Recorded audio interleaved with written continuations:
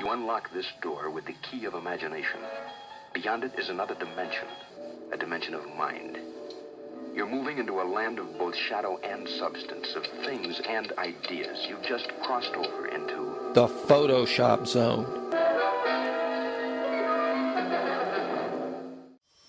Meet a Miss Barbara Mattel, who sits in despair now that her boyfriend Ken has left her. Last night he told her that he now prefers the company of his gentleman friends. But not all is lost, for soon Barbie Mattel will receive a new best friend, courtesy of the Photoshop zone. I located a picture of a dog. I opened that in Photoshop and then selected the magnetic lasso tool.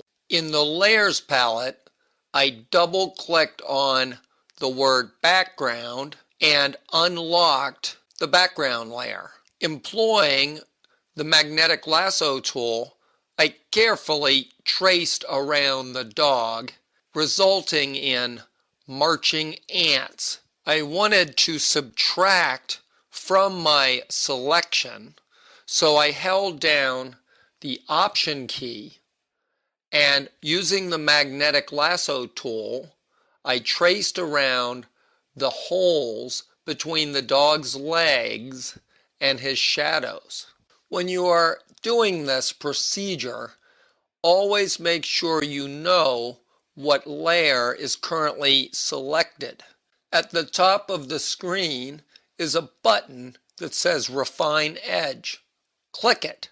A dialog box opens up and you will be able to see your dog separated from the background. At the bottom of this box, you'll see some interesting little icons. The one that is selected now is white. You also want to see what the dog would look like against a black background.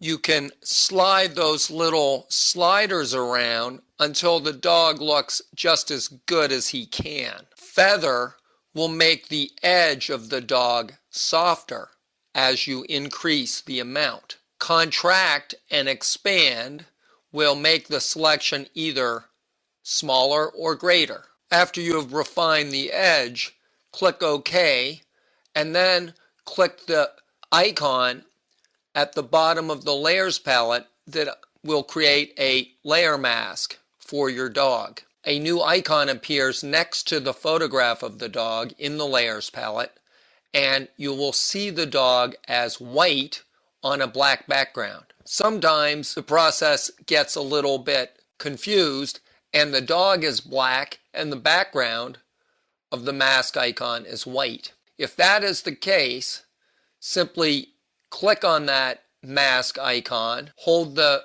Control key down if you're using a PC, or the Command key for a Mac, and type I.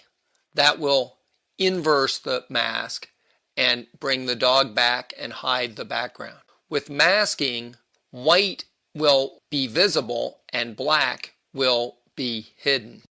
Click the little icon to the left of the trash can in the layers palette to create a new layer. Fill that layer with a color. Drag your colored layer below the layer with the dog, and you will be able to see the dog on a colored background.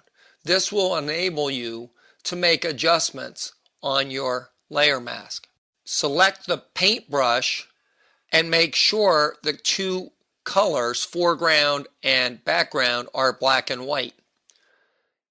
Select the layer mask icon, which is the black and white image of the dog, and painting, you will notice that black will erase pixels and white will add pixels. Here is some extra pixels that I would like to hide, so with the black paintbrush, I will simply paint them out. Next, I open up my photograph of Barbie. Using the Move tool, I drag the picture of the dog over to the picture of Barbie and place the dog approximately where I think he would want to stand. You may wonder why I left the shadow in and how I'm going to deal with that.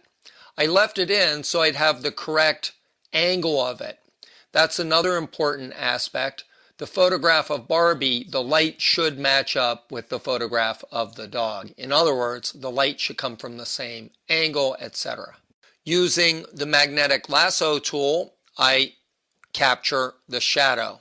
I can select the dog mask icon and then hit delete. If we have black as the background color, the delete button will fill the selection of the dog shadow with black, thus hiding it.